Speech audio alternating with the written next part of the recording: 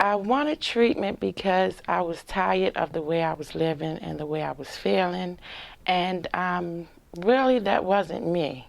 How I got to that point was my mother was sick and she was dying with AIDS, and that was before it was known about at that time, and I took care of her and I actually watched her die. But prior to that, I never had a relationship with my mother because she was a dope fiend, and I was somewhat ashamed of her. But at the time I took care of her, I grew to know her as a person, as my mother, and I grew to love her, and she died. So I became angry with God, and I felt like he took my mother away at a time when I just got to know her, and that's what started me to doing drugs.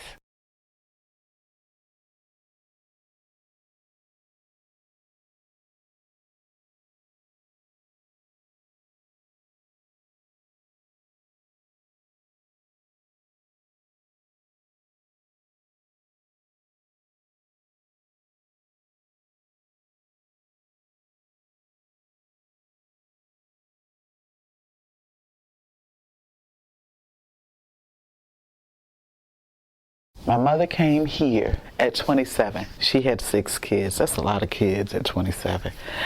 And her boyfriend, the age of 6, he was molesting me. I never told anyone about the sexual molestation, so I never got treatment. And it just never went away. When I got clean, I began to talk about it. Because I had buried it. The pain was great. You know, at 6 years old. So I never, ever had any self-esteem from that point on.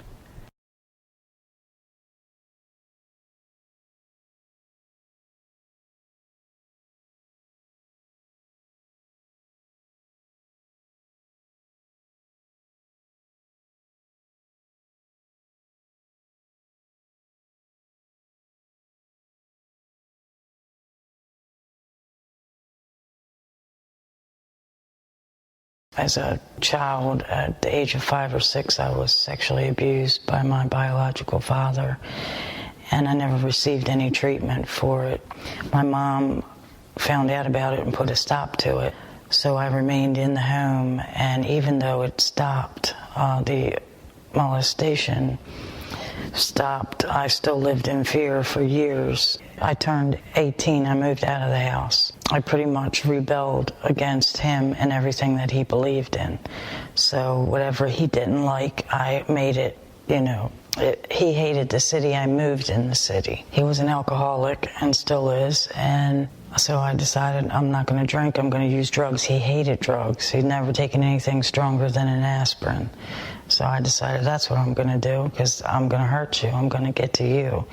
It was just much easier to chase the drug. It numbed me, it made me forget about things, and the only way that I was able to a heterosexual relationship was if I was drunk on alcohol or using drugs. Otherwise, I had terrible flashbacks of the sexual abuse that I endured.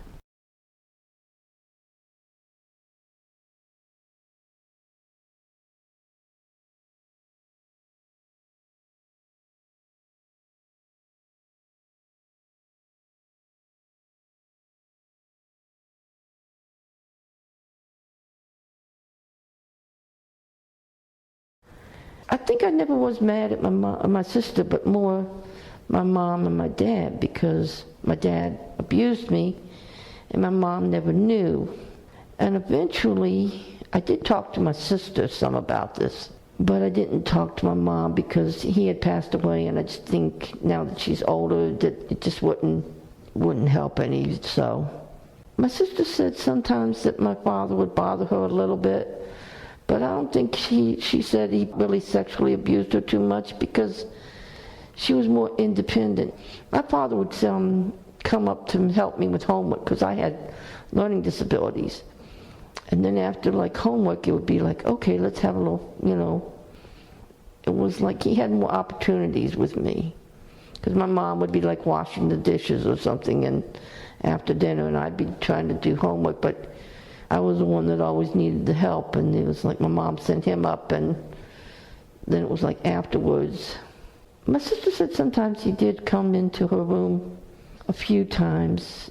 I guess it helped some to talk to her, know that, something did happen, a little bit with her, but more with me, because I think there was more availability.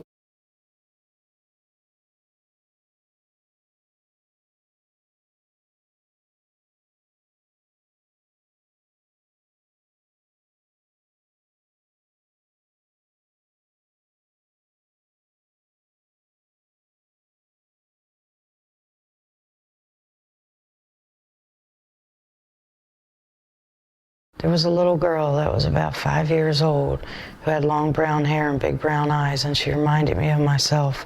And I was waiting for my first appointment, and I took the bus there, and all the way there I debated getting off the bus and not going through with it. I was scared because I'd never really told anyone everything, and I'd never dealt with it, But I saw that little girl, and when I left there on the bus on the way back, I cried. And I cried because I was so sad, because I thought, God, she doesn't know what kind of life. And then I realized that, hey, she's getting help. If I would have got help at such an early age, my life would have turned out differently. I was that child in that moment. And, and I was so sad for her. And then I was so happy for her.